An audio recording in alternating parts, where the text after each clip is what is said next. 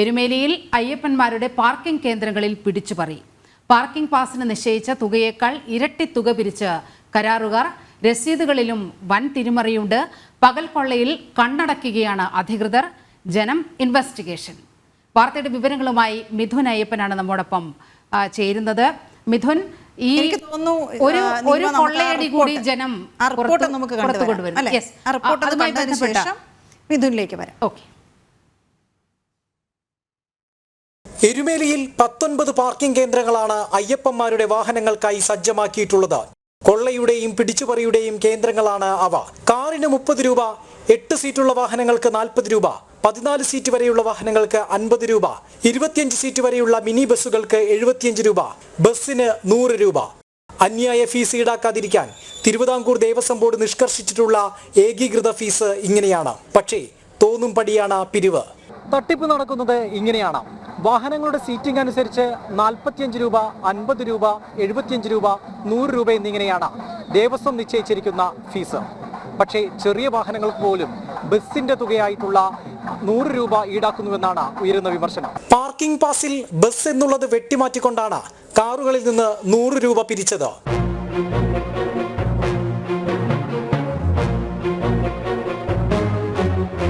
മാത്രമല്ല, ദേവസ്വം സീലില്ലാത്ത പാസുകളും ഉപയോഗിക്കുന്നുണ്ട്. ഞങ്ങൾ നടത്തിയ അന്വേഷണത്തിൽ പകൽ വെളിച്ചത്തിൽ പിടിച്ചുപറിക്കുന്നത് തെളിഞ്ഞു.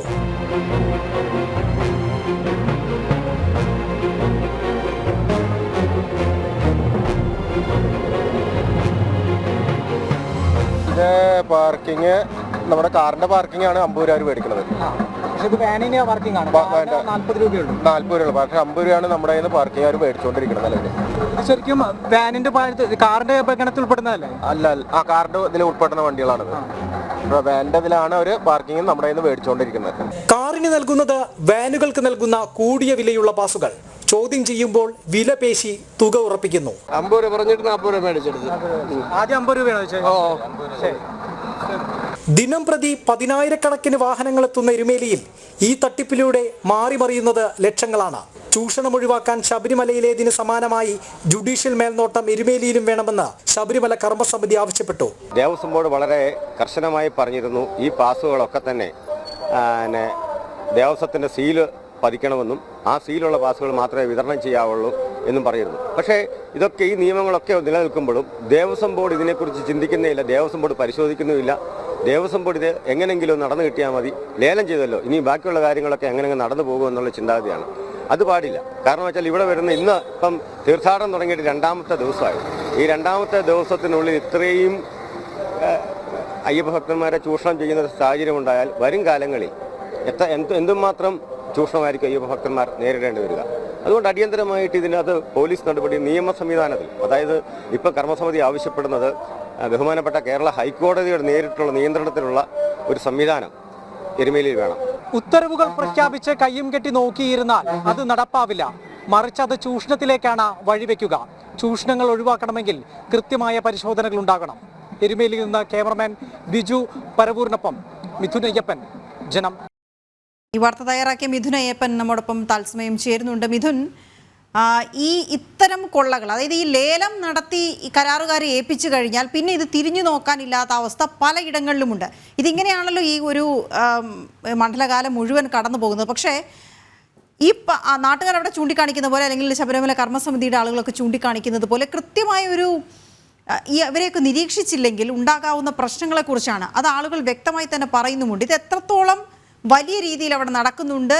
എന്തെങ്കിലും തരത്തിലുള്ള ഒരു നിരീക്ഷണ സംവിധാനം സാധാരണ ഉണ്ടായിരുന്നോ? അതിപ്പോഴും അവിടെ ഇല്ലാതിരിക്കുന്ന സാഹചര്യമാണോ?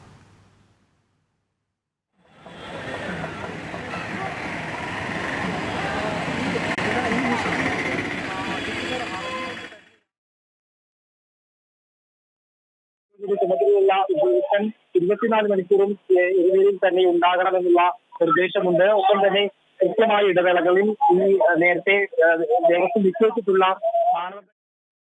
ചെറിയൊരു പ്രശ്നം, ഒരു ശബ്ദ സംവിധാനത്തിൽ ഒരു ചെറിയ പ്രശ്നം നേരിടുന്നുണ്ട്.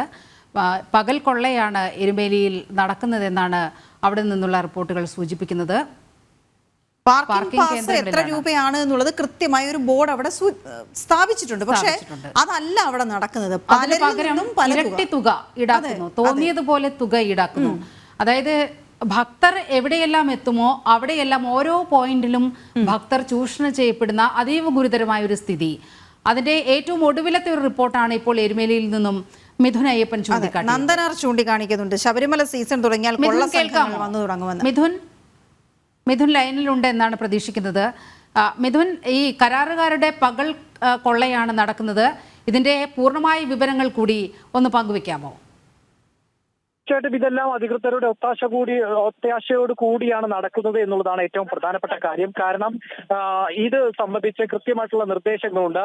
ഇടവേളകളിൽ പരിശോധനകൾ നടത്തണം. പ്രത്യേകിച്ച് വില ഏകീകരിച്ച കാര്യങ്ങളിൽ നേരത്തെ നിശ്ചയിച്ച പ്രകാരമുള്ള വിലകൾ തന്നെയാണോ, ഫീസുകൾ തന്നെയാണോ ഈടാക്കുന്നത് അടക്കമുള്ള കാര്യങ്ങളിൽ കൃത്യമായിട്ടുള്ള പരിശോധനകൾ വേണം. അതുപോലെ തന്നെ എരുമേലിയുടെ ചുമതലയുള്ള ഉദ്യോഗസ്ഥൻ 24 മണിക്കൂറും എരുമേലിയിൽ തന്നെ ഉണ്ടാകണം.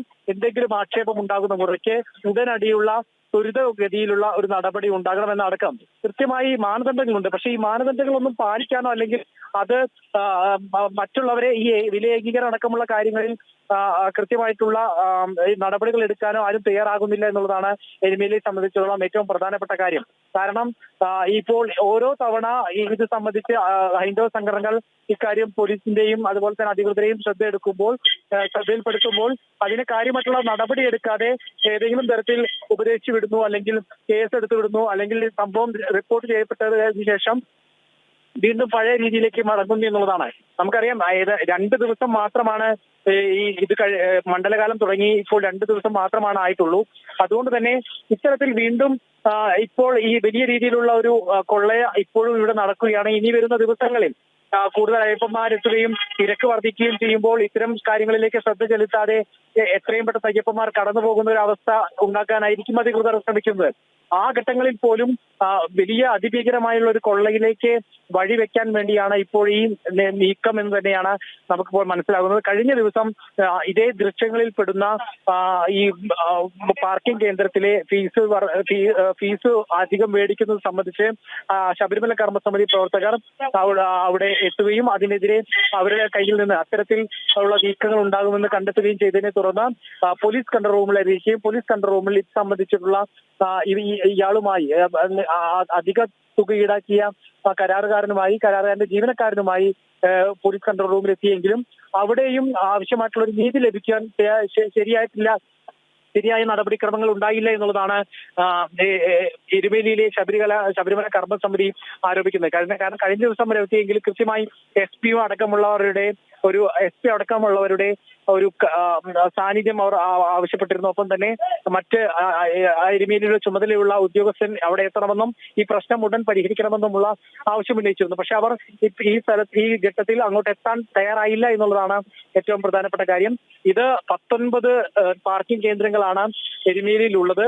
ഇതിൽ എല്ലായിടത്തും ഇത്തരത്തിലുള്ള കൊള്ളയുടെ കേന്ദ്രമായി മാറുന്നു എന്നുള്ള കാര്യം തന്നെയാണ് വിവിധ അയ്യപ്പന്മാർ ഓരോ തവണ എരുമേലി വിട്ട് ശബരിമലയിലേക്ക് പോകുമ്പോഴും കൊള്ളയടിക്കപ്പെട്ടുകൊണ്ടാണ് പോകുന്നത് എന്നുള്ളതാണ് ഓരോ അയ്യപ്പന്മാരുടെയും അനുഭവ സാക്ഷ്യം. ഇത് എത്രയും പെട്ടെന്ന് നിർത്തിയേ പറ്റൂ. അതിന് ശാശ്വതമായിട്ടുള്ള ഒരു പരിഹാരം എന്ന വണ്ണം എരുമേലിയും ശബരിമലയിലേതുപോലെ തന്നെ ഒരു ജുഡീഷ്യൽ നിരീക്ഷണത്തിന്റെ നേതൃത്വത്തിലാക്കണം എന്നുള്ളതാണ് ഇപ്പോൾ ഇവരും ആവശ്യപ്പെടുന്നത്, ശബരിമല കർമ്മസമിതിയും ആവശ്യപ്പെടുന്നത്. മാത്രമല്ല അടിക്കടിയുള്ള പരിശോധനകൾ ഉണ്ടാകണം. ഇത്തരത്തിൽ നിയമലംഘനം കണ്ടെത്തുകയാണെങ്കിൽ കർശനമായിട്ടുള്ള നടപടികൾ ഉണ്ടെങ്കിൽ മാത്രമേ ഏതെങ്കിലും തരത്തിലുള്ള ഗുണമുണ്ടാകൂ എന്നുള്ളതാണ് പറയുന്നത്. കൃത്യമായിട്ടുള്ള പരിശോധനകൾ ഉണ്ടാകണമെന്ന് വീണ്ടും ഹൈന്ദവ സംഘടനകൾ ആവശ്യപ്പെടുന്നു. മിഥുൻ, എരുമേലിയിൽ നമ്മൾ ഇന്നലെ വലിയൊരു വാർത്ത നൽകിയിരുന്നു. ഭക്തർ നേരിടുന്ന ഒരു ദുരനുഭവത്തെക്കുറിച്ചുള്ള വാർത്തയാണ് നമ്മൾ നൽകിയത്.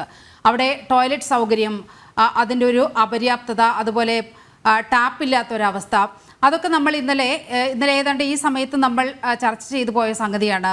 അക്കാര്യത്തിൽ ഏതെങ്കിലും വിധത്തിലുള്ള ഒരു ഇടപെടൽ ദേവസ്വം അധികൃതരിൽ നിന്നും ഉണ്ടായിട്ടുണ്ടോ?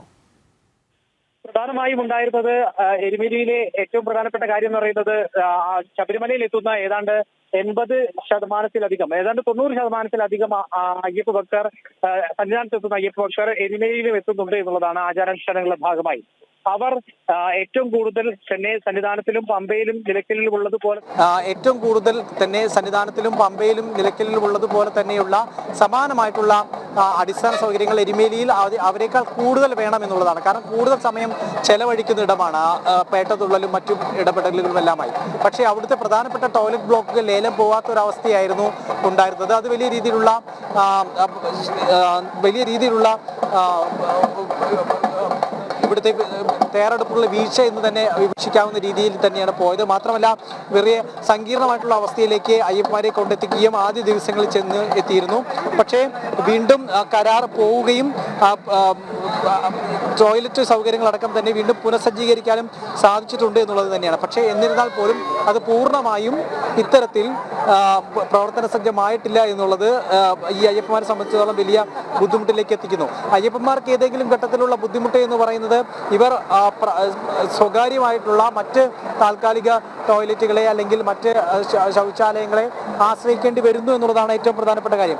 അങ്ങനെ വരുമ്പോൾ ഈ ദേവസ്വം നിശ്ചയിച്ചിട്ടുള്ള അയ്യപ്പന്മാരുടെ കൊള്ള അവസാനിപ്പിക്കാൻ നിശ്ചയിച്ചിട്ടുള്ള തുകയേക്കാൾ 3-4 ഇരട്ടി തുക കൂടുതൽ അയ്യപ്പന്മാർ നൽകേണ്ടി വരുന്നു എന്നുള്ളത് കാര്യത്തിലുള്ള അവസ്ഥ. കാരണം ഇത്തരത്തിൽ ഒരു അയ്യപ്പനിൽ നിന്ന് 1 രൂപ പോലും പിടിച്ചു പറിക്കുകയാണെങ്കിൽ ഈ എരുമേലിയിൽ എത്തുന്ന ലക്ഷക്കണക്കിന് അയ്യപ്പന്മാരുടെ ഭാഗത്തുനിന്നുണ്ടാകുന്ന പണങ്ങൾ എത്രയാണ്, മറിയുന്ന ലക്ഷ്യങ്ങൾ എത്രയാണ് എന്ന് ഊഹിക്കാവുന്നതേ ഉള്ളൂ.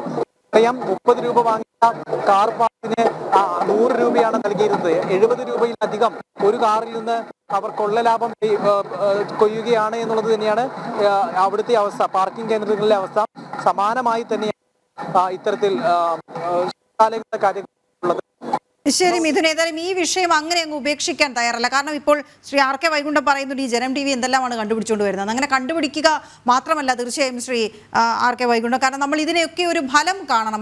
അയ്യപ്പന്മാരെ ഇങ്ങനെ ബുദ്ധിമുട്ടിക്കാൻ സാധിക്കുകയില്ല എന്ന കാര്യം തന്നെയാണ് ഉറച്ച് പറയുന്നത്. അപ്പോൾ ഇതിൻ്റെ പ്രതികരണങ്ങൾ നമുക്ക് ആവശ്യമുണ്ട്, ഇടപെടലുകൾ ആവശ്യമുണ്ട്. ഇനിയും തുടർന്നും ഈ വിഷയം അങ്ങനെ നമ്മൾ കൈകാര്യം ചെയ്യുക തന്നെ ചെയ്യും. അക്കാര്യത്തിൽ തർക്കമില്ല. ഉത്തരം പറയേണ്ടവർ ഉത്തരം പറഞ്ഞു തന്നെ ആകണം, ഇടപെടൽ ഉണ്ടാകണം എന്ന കാര്യത്തിൽ തർക്കമില്ല.